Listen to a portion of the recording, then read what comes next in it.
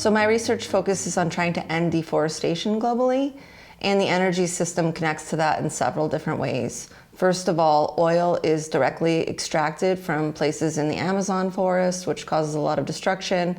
There's also hydropower, which floods forests. And it also connects indirectly because as we demand more energy from biofuels, that leads to overall greater pressure on the system and more clearing. Rural households also rely directly on forest resources to cook food, to heat their homes, etc. And so I try to focus on trying to transition away from unsustainable forms of energy that lead to more forest clearing and focusing on more sustainable forms of energy development. So I consider myself a land system scientist, and that means I try to look at how all the different pieces of the land system interact, including with the energy system. So one of the things that's really important is what are people doing on energy policy and how does that influence land use dynamics? So we can take, for example, this issue of biofuels again. People were looking to biofuels because they were a source of renewable energy and were much more sustainable when you're using them in terms of their carbon emissions. The problem is they can have a lot of indirect impacts on the climate system through land use changes. So if demand for corn goes up in the United States from a biofuel policy, that's actually been shown to lead to deforestation in the Brazilian Amazon by pushing sugarcane into new areas where and displacing soybeans and et cetera, because the whole world food system is connected and all those prices are connected. Another thing is that we study is looking at all these global policies that companies are making, financial institutions, universities, governments, to try to make sure that they don't have deforestation entering their supply chains. And this is also relevant for energy sources. So in the renewable fuel directives, you can't be getting biofuels that are associated with deforestation. You can't be sourcing oil that was produced on recently cleared lands. So we try to look at how these policies actually translate into on-the-ground impacts, whether they're being effective, whether they're being equitable, and how to try to improve them. Well, I'm really lucky that my research connects directly to a lot of really pressing social challenges where there's been a lot of really exciting policy activity. So on the one hand, I'm part of this UN science panel for the Amazon, where we've been trying to synthesize information on all of the drivers of deforestation and really highlight the areas where specific things like oil versus gold versus soybeans and cattle, where all of those are causing particular types of environmental and social harms. But also really what I focus on is what are the social motivations that individual land users have?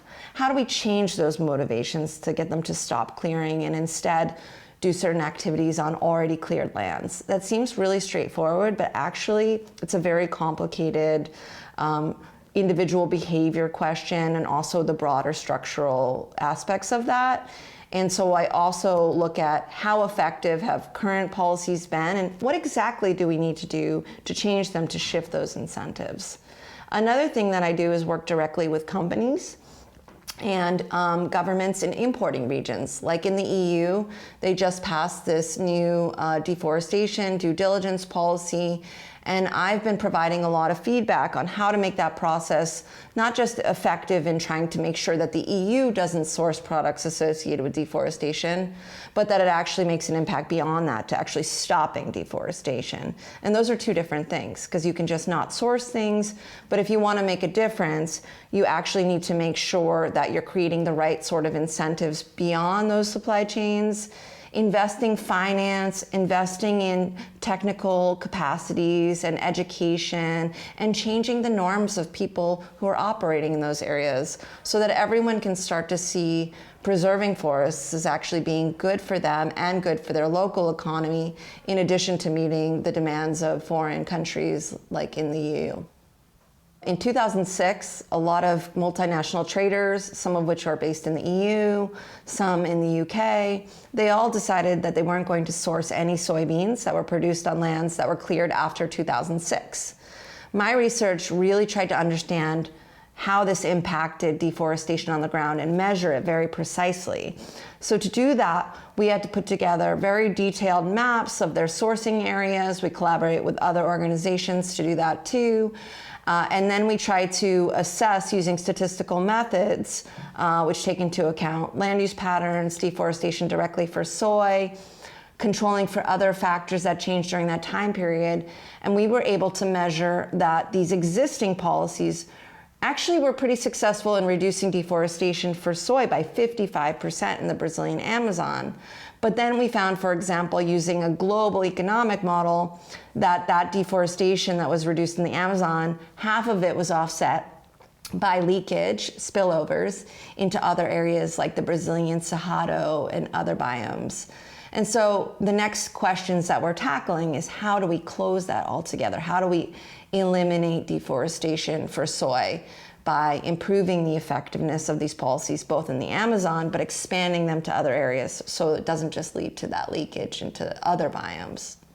My research is important to the university because it intersects with a lot of the very big challenges and commitments that they're making.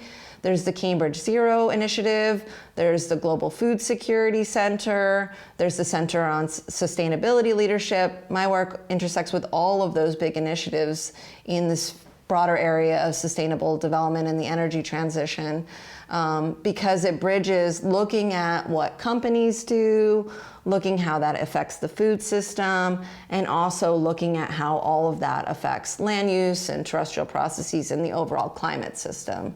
So I think it's really intersectional and bringing together all these different issues. I'm also in the geography department, which is a very interdisciplinary department. And one of the things that I like to do is try to help natural scientists within the university and within the Department of Geography understand the importance of social issues, understand the basics of what make people do what they do, and how we can actually make a difference and be very involved in solutions in terms of changing policies and changing all of the incentives that people face so that it doesn't just all come down to individual goodwill.